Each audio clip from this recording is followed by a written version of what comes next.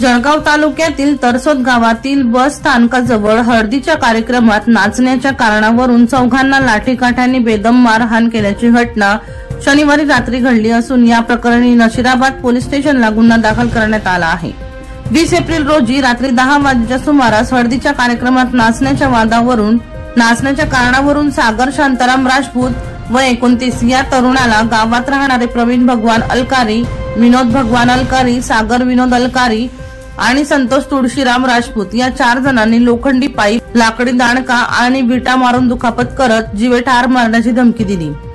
तरुणाला मारत असताना भांडण सोडवण्यासाठी आलेले धीरज रमेश राजपूत, गिरीश बापू राजपूत आणि योगेश अशोक राजपूत यांना देखील लाकडी दांड्याने व विटांनी मारहाण करून दुखापत केली आहे। दरम्यान घटनेबाबत रविवारी 21 एप्रिल रोजी दुपारी 3 वाजता नशिराबाद पोलीस ठाण्यात चौघांवर गुन्हा दाखल करण्यात आला आहे।